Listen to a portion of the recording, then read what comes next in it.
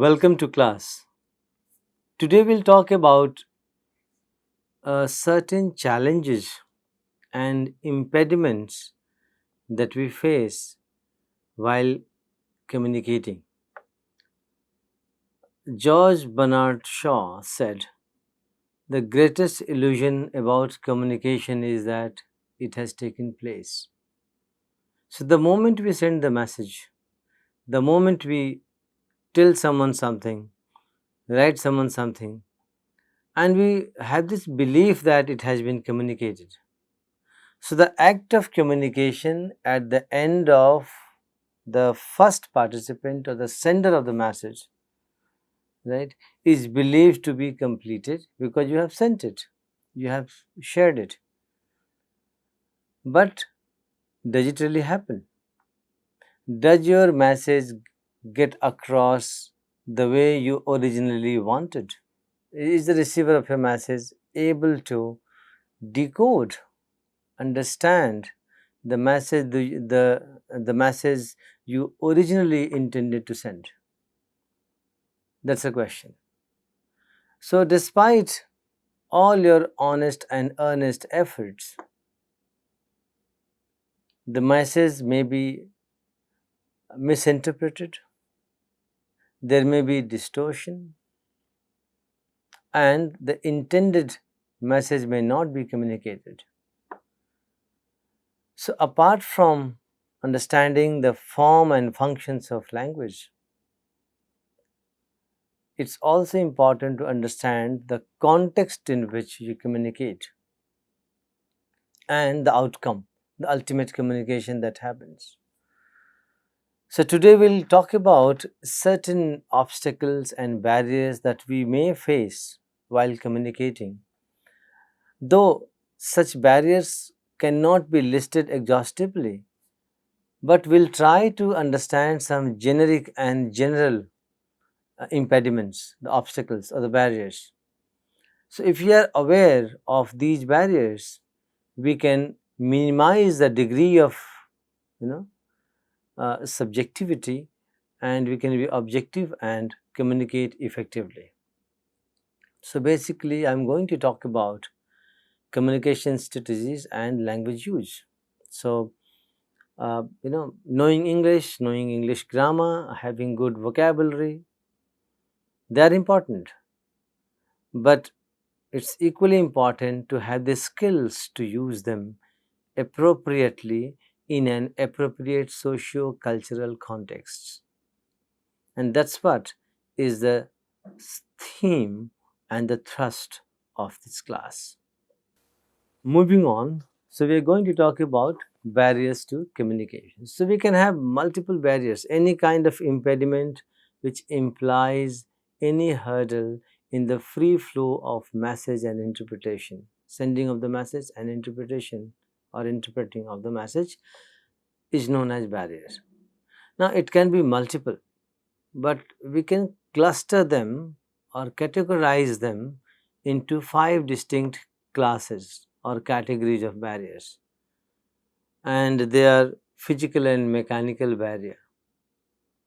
Those barriers which are not in the control of the speaker and the listener. Uh, you know, Second is language and semantic barrier. So there are certain linguistic items, elements, right? For example, structure, vocabulary, selection of words, right? Uh, you know, Linguistic differences, right? So these are the things that they create a lot of misunderstanding, and they become barrier to communication. Semantics means meaning. So the word that you select and the general understanding of the word. So meaning is contextual, right? So how context becomes a barrier, how inappropriate selection of word may become a barrier. Then we have socio-psychological barriers. So how the social and cultural background of the communication partners right? Their attitudes, their preferences, their likings, dislikings, biases, they all become impediment in effective communication. So we'll talk about socio-psychological barriers. Then you'll be working in organizations. Sometimes organizational hierarchy, cultural patterns, organizational structure, the rules, they all may act as an impediment in certain contexts, right? So they are called the barriers which originate because of the organizational structure, cultural patterns, and practices. So they're called organizational barriers. We'll talk about them. Then, as an independent communicator, we do have our personal barriers.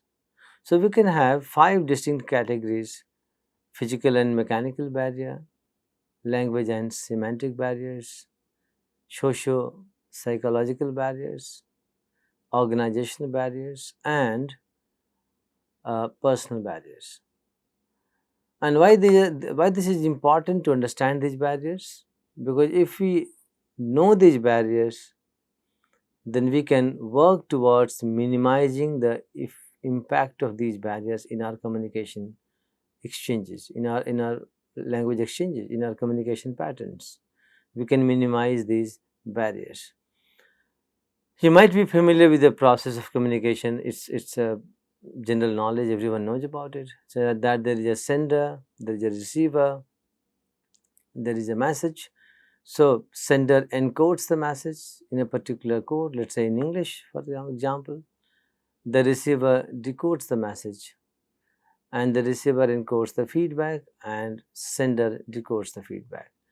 So this is how message and feedbacks are exchanged, and the communication cycle is complete. So it looks so simple. When you look at the process, it looks so simple that you speak something, other person interprets it, and that's it. You get the feedback that the person has understood, and that's it. But a lot of other things happen between sending and receiving, between encoding and decoding. Size of the message, clarity in the message, right? Brevity in the message, objectivity in the message, uh, you know, uh, simplicity in the message, intelligibility in the message, and utility of the message. They're all attributes to have effective messaging and communication. They're attributes, right? Effective attributes.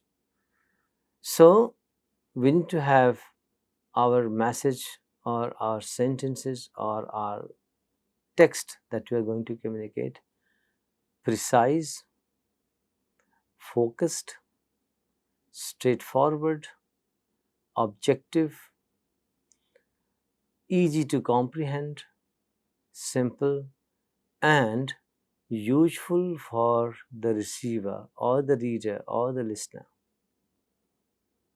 Because if the listener does not find any value in what you are saying, if the reader does not derive any value out of what you are writing, then the message is not received. It is ignored. So it's important to maintain brevity, right? You have to be concise. The message must be small in size. When I say small in size, doesn't mean one or two sentences. It can be a long message, but simple sentences, right? Small sentences. So it had to be compact, no deviations. It has to be compact, concise, straightforward, to the point, objective. When we say objective, that means we are trying to be non ambiguous. So you should not give space for your listener or reader to interpret the message. So it's open ended. It shouldn't be open ended message. The focus of the message must be very clear and specified. then it should be unambiguous, no ambiguity, no multiple meanings. It has to be straightforward. Then it has to be intelligible. That means you have to understand the listener or the reader who is going to receive a message. So the potential, right, of your reader, of your audience must be known to you. The level of your audience must be known to you, and you have to customize your message according to that. So that's very important. So we'll talk about these barriers, and then we'll get back to how we can overcome these barriers. Always remember, communication is an art, right? It's an art, and you have to inculcate the best practices gradually. It doesn't come to you so quickly by mugging up and memorizing thousands of new words, low frequency words, by sounding intellectual by using complex sentences, right? It doesn't work. What works is how intelligible you are, how focused you are, how straightforward you are, and how quickly you connect with your audience. That's important. Connecting with the audience is important. Your reader, connecting with your reader, connecting with your listener is important. And why? Because the moment you connect, that means you both are at equal plane. And your job becomes easy. You can be effective in your communication pattern, in your communication act. You can be very effective. Effective communication requires certain attributes that we must be familiar with and practice.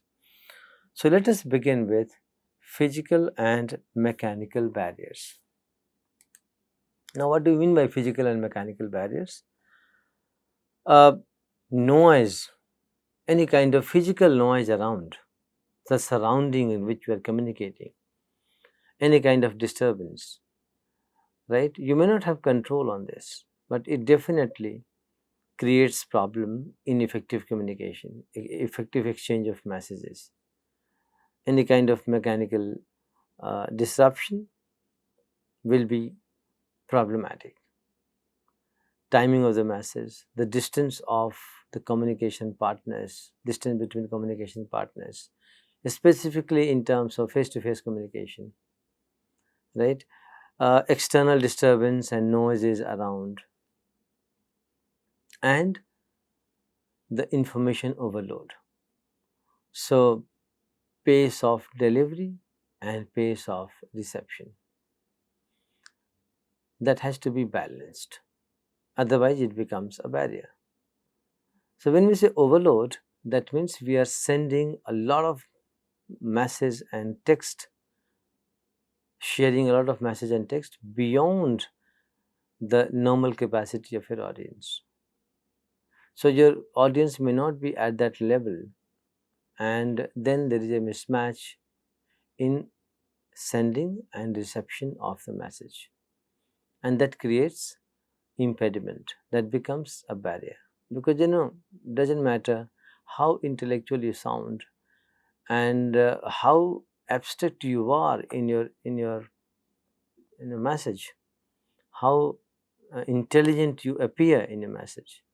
If your message is not interpreted by your audience, your reader, your listener, then the message has no value.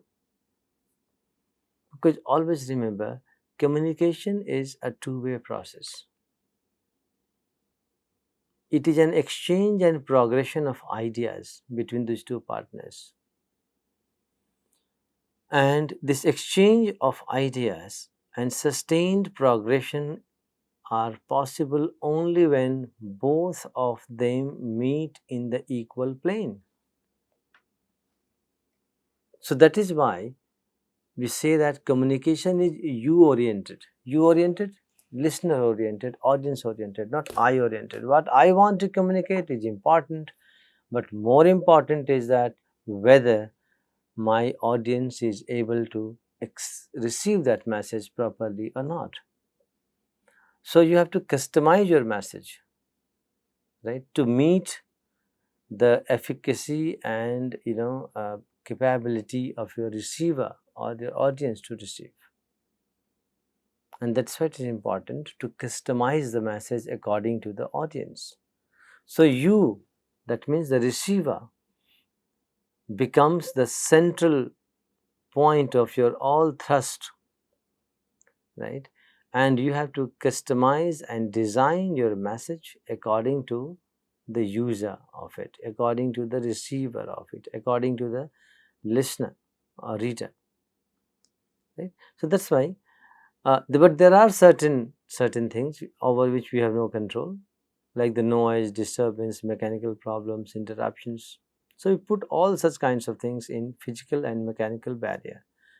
So those impediments which are present around in the physical environment and which create any kind of disruption, they are put in this category, physical and mechanical barrier. Then we move to the most important and second category, that is language and semantic barrier.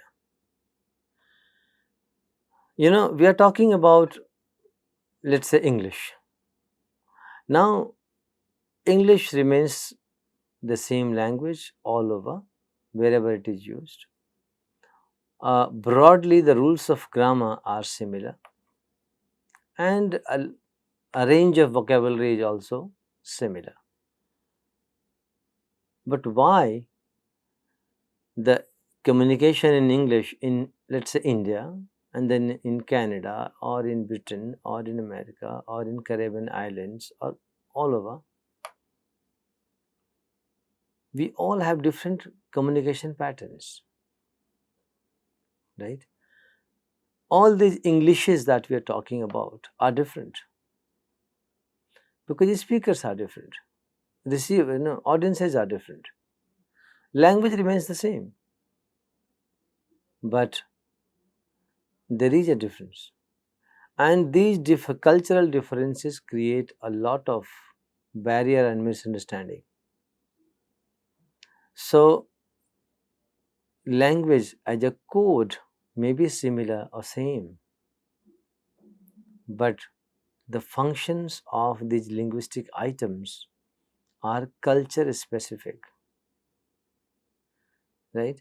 So if you look at structures of English in India, Indian English structures, they can be ambiguous and confusing for a British receiver. Though both of you are using English, you are familiar with the structures, you have vocabulary, you are communicating in English, but these cultural items creep in and create a lot of barrier, right? So these linguistic items become a barrier cross culturally,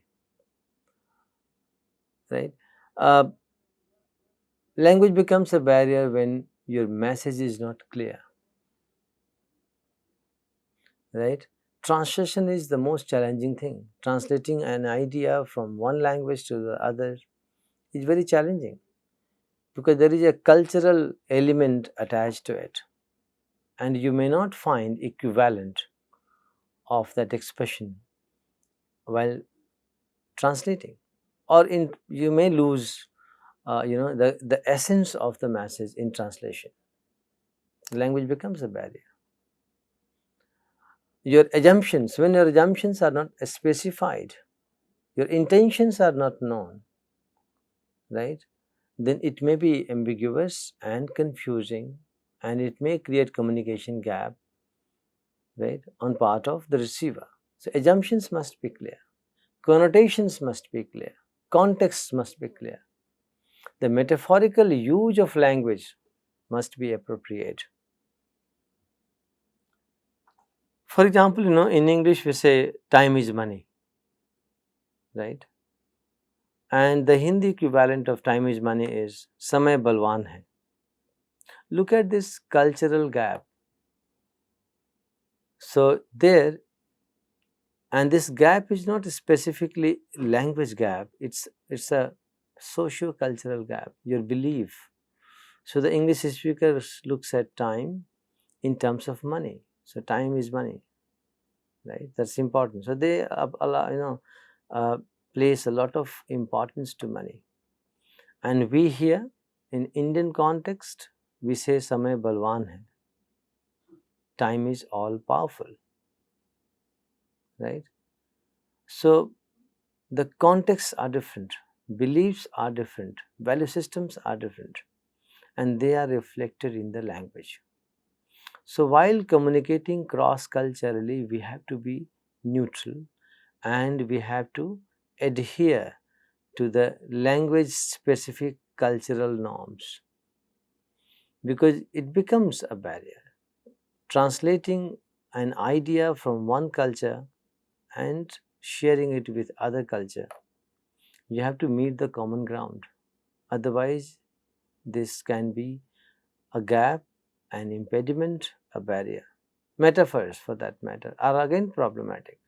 Metaphors are frozen expressions, but translating metaphors is a big challenge, right? Sometimes inappropriate selection of words, inappropriate selection of sentences, right? Misplaced tone, right? Misplaced stress may create a lot of confusion and change in the meaning, right? And of course, the use of language in an appropriate socio-cultural context. Let's say, for that matter, mode of greeting, or let's see uh, the politeness norms in a culture. So the norms of politeness in Indian culture is different from norms of politeness in British culture, for that matter, in American culture, for that matter. Modes of greetings are different. The patterns of socialization are different.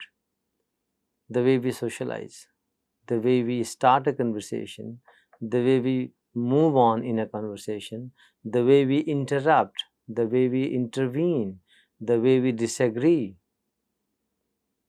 So the tone, for that matter, right? All these things are very sensitive when we communicate. So we have to be sensitive towards them and be particular and specific and sure that we are not mixing, right, our uh, you know cultural beliefs, values, and things, uh, you know and inappropriately translating that into other language and creating a lot of confusion and gap. So language becomes a barrier if we are not able to understand, if you are not able to understand the socio-cultural context in which you are using it, if you are not able to have proper selection of expressions and words according to the context in which you are going to use them, right? If you do not understand the audience with which you are communicating, so even if you are communicating in English, it can create a lot of confusion, gap, and barrier. Semantic barrier refers to the meaning part of it, the intended meaning, right? Uh, we need to understand, for that matter. Suppose somebody visits you and you say, "Why don't you sit?" Now, structurally, it's a question, but if you look at the pragmatic aspect of it, meaning of it, it is actually an offer. You're offering a seat, right? So there are lots of nuances in language that we need to pay attention to in order to communicate effectively. Then the third category of barriers we can think of and talk about is socio-psychological barriers. So when we say socio-psychological barriers, uh, it's purely socio-cultural background of the communication partners that plays a very significant role. right? Uh, so we all perceive things differently. We have our own worldviews and perceptions, and such interpersonal differences and individuality, right, uh, do play a very significant role in exchange of messages and in effective communication. Socio-cultural differences in terms of values, beliefs, stereotypes, group norms, or biases, and ethnocentrism, they all are very crucial and important. So, see, we all have our biases. Sometimes, what is group norm? There are certain beliefs and practices that you continue with in order to remain the member of a group, a social group. We all have collective social biases towards individuals or groups. We all have stereotypes about people, right? About the caste, about the class, right? Uh, Look at, for example, gender. Gender is a marker, a very, very powerful marker. So your attitude towards gender does influence your communication pattern, your values, your beliefs, your stereotypes about gender, right? They do play a role in the pattern of your communication. And, you become judgmental, right? It becomes a problem when we communicate. We have stereotypes about gender, gender related stereotypes. We have caste related stereotypes. We have class related stereotypes. We have region related stereotypes. We have religion related stereotypes. And remotely, they all influence our communication patterns, right? There are certain expressions which are not considered appropriate in your public behavior, social context, right? We all have our individual biases, individual likings and dislikings. At the same time, collective biases, social biases, right? So we need to work them out for effective communication, right? We need to work them out. We need to be balanced and neutral, right? And we can be effective communicator. But if you're not able to work out, right? If you're not able to work out your stereotypes, your biases, your ethnocentrism, then your judgments will be, uh, you know, biased, right? Your encoding of the message will be biased, right? So it's important to work them out. They all work as socio-psychological barrier, individually as well as collectively, right? Because we develop certain attitudes, right? We develop certain social behavior. In order to remain part of that particular social group, you have to subscribe to those social norms and behaviors. But in cross-cultural context in which you communicate, all such things become a barrier. All such things create a lot of confusion and communication gap. So they become a barrier and you have to work them out. Moving on, we have uh, organizational barriers, right?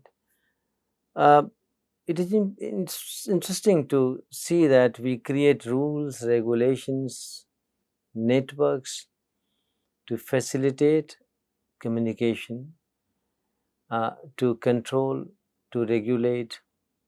But these regulations, controlling mechanisms, these rules, they also turn out to be a barrier because the hierarchy, organizational hierarchy for that matter, creates a barrier becomes problematic in free flow of information.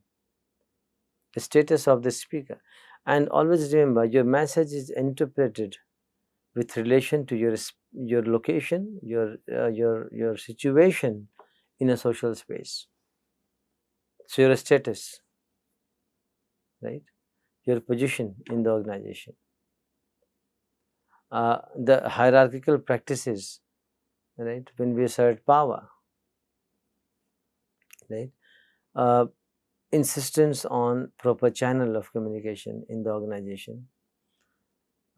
Sometimes we have our own priorities away from apart from organizational priorities. Our goals, our individual goals, may not be aligned with organizational goals, right? Organizations may have rigidity in their policies, right?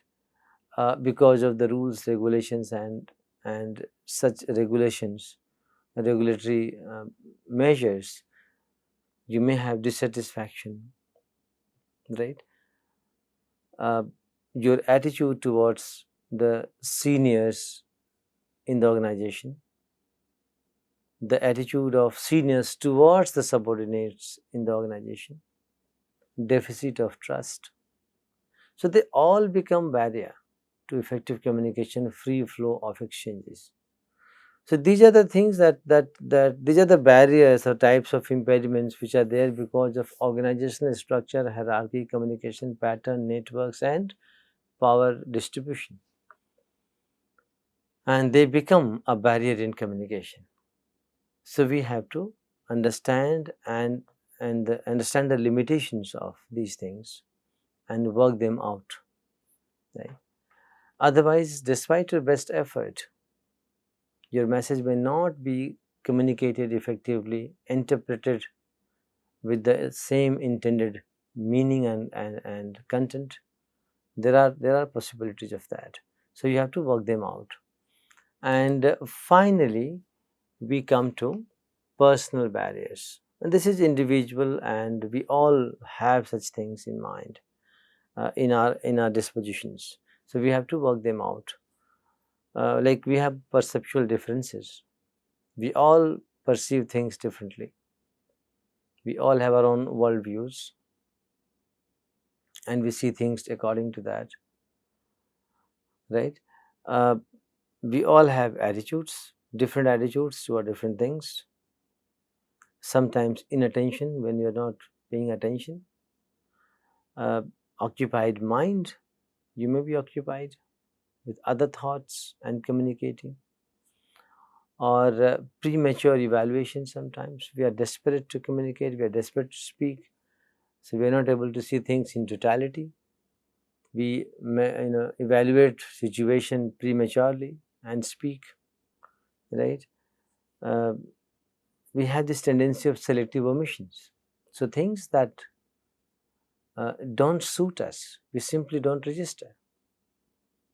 So when you become selective in registering, selective in omitting things, right? Uh, we all filter information. We don't accept, we're not robots. We receive the information, we filter it, we understand it, we contextualize it, we interpret it. So lot of lots of filtering happens, right? And of course, if the message or the content is demanding or beyond our capacity to receive and interpret, we lose a lot of fact and information. So there are certain personal things that we have to work it out, our skills, our promptness, our proactive approach in communication, right? Attention, focusing on the message and the conversation, right? Being patient, a good listener, and do not evaluate things premature, right? And our overall attitude and willingness to participate in communication, act, right? They're all barriers, and we have to work them out to become effective communicator. So, developing and maintaining a system of good communication is the primary job of us as an individual, and it largely depends on reciprocal understanding, mutual exchange of ideas, facts and information. So we have to develop a shared understanding, right? We have to have shared meaning, right? And we need to customize the message, right, in order to make sure that your message is received appropriately, interpreted appropriately, and the intended meaning is communicated without any distortion and ambiguity. So what we can do? There are certain things that we have to keep in mind. Two-way channel. That means the communication must be participative in nature. You have to give space to the listener and audience, your receiver, to participate in the process. Turn taking and turn giving. So turn taking is important. Equally important is turn giving, right? Receiving the feedback. Communication is all about developing, connecting with the audience and developing a trust, mutual trust. Clarity of message, timing of the message, your consistency in the message, logical, reasoned, well reasoned and logical messages, right? Uh, being positive, at least expressing a positive outlook, right? Uh, Periodical feedback, getting feedback from the audience, from the receiver, that the receiver is receiving, remaining connected with the receiver, right? Empathic listening is very important. You have to be a very good listener to be a very good communicator. Most of the time we speak prematurely. So you have to look at the things in totality. You have to evaluate things in a context, right? With open mind and open heart. That's called flexibility. And of course, last but not the least, socio-cultural appropriateness. So it's important to understand and have command on grammar. It's important to have command on structure. It's important to have a wide range of vocabulary and words and expressions to use. But we will talk about the in the next video we'll talk about the context. So text is important, but equally important is the context in which this text is exchanged. So message is exchanged, we communicate. So who communicates, what, to whom, when, why and how.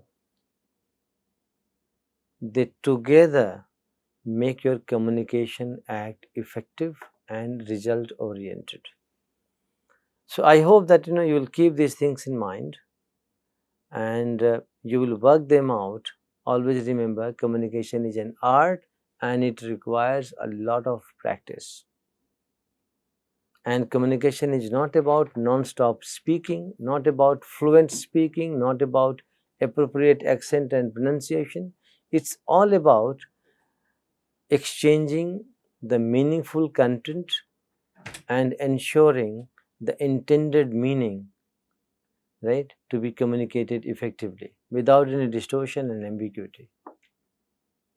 Because communication has certain objective.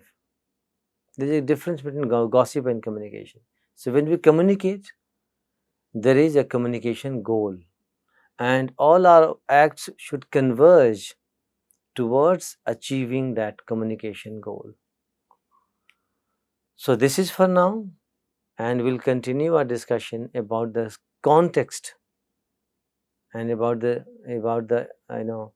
uh, appropriacy of socio-cultural appropriacy in communication in our next class. Thank you very much.